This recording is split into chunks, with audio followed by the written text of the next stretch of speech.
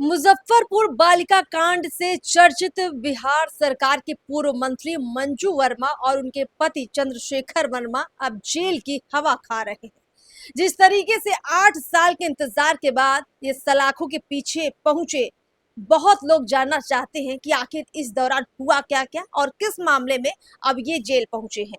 नमस्कार, मैं अर्पिता, हमारे साथ पूर्व आईपीएस अमिताभ दास सर है। सर, आपका स्वागत है। मैं सीधे सवाल लेती हूँ सर, वो कौन सा मामला है जिसके लिए अब जाकर उन्हें जेल हुई है? बालिका कांड में तो बहुत तरह के आरोप लगे, लेकिन ये कौन सा मामला है जिसमें उन्हें सजा हुई है?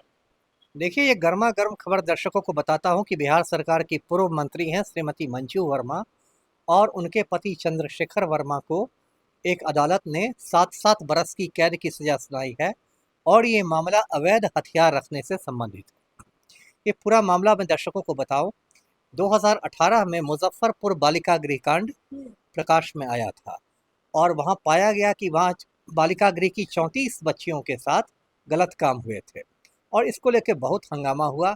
उस समय श्रीमती मंजू वर्मा ही बिहार सरकार की समाज कल्याण मंत्री थी और ये बालिका गृह समाज कल्याण मंत्रालय के अधीन ही था।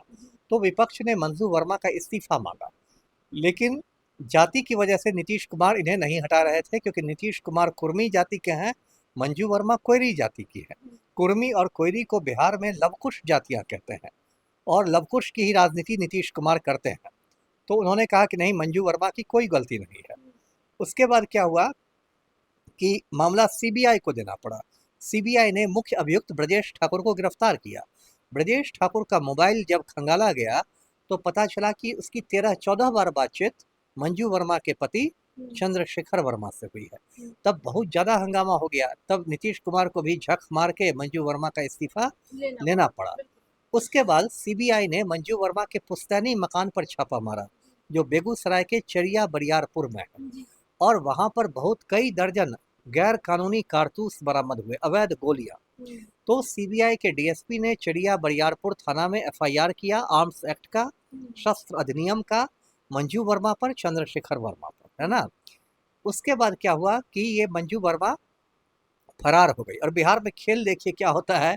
ये फरार चल रही थी कागज पर और बेगूसराय एसपी ने इसके घर पर हाउस गार्ड तैनात कर रखे थे, संतरी रखे थे। मुझे बेगूसराय से कुछ लोगों ने फ़ोन किया तो मैंने अपने फेसबुक पर लिख दिया कि ये क्या मजाक है, फरार औरत के घर की सुरक्षा पुलिस कर रही है। तब एसपी ने जल्दी जल्दी सारे संतरियों को हटाया। उसके बाद सुप्रीम कोर्ट ने भी बहुत कड़ाई की। सुप्रीम कोर्ट ने, उसमें डीजीपी थे केएस द्विवेदी, उनसे कहा कि आप मंजू वर्मा को पकड़िए, नहीं तो आप कोर्ट में आके सफाई दीजिए। फिर मंजू वर्मा ने सरेंडर किया, 3-4 महीने जेल में रही, फिर बाहर आई।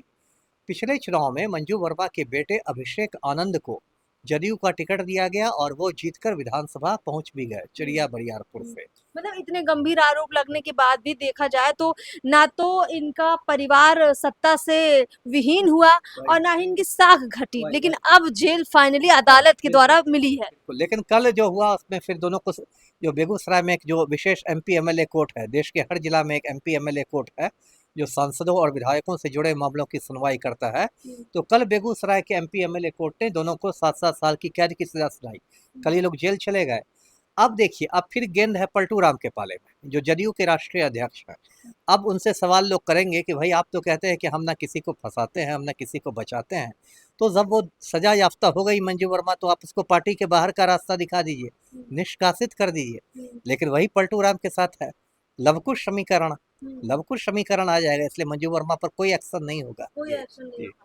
कुल मिलाकर इस पूरे मामले में सवाल ये भी है कि सरकार इस मामले में किस तरह रिएक्ट करती है, और सवाल ये है कि एमपी एमएलए कोर्ट से जो ये सजा मिली है, क्या इसे आगे चुनौती भी दी जा सकती है? क्योंकि अभी तो जेल वो चली गई है, लेकिन आगे भी तो जाके वो चुनौती तो दी ही जाएगी ना। ये तो एमपी एमएलए कोर्ट का फैसला है, इसके ऊपर पटना हाई कोर्ट है, उसके ऊपर सुप्रीम कोर्ट है। वो तो लंबी प्रक्रिया चलेगी, वो तो चुनौती देगी ही देगी। लेकिन फिलहाल उनके उनके सामने मुश्किलें बढ़ गई हैं।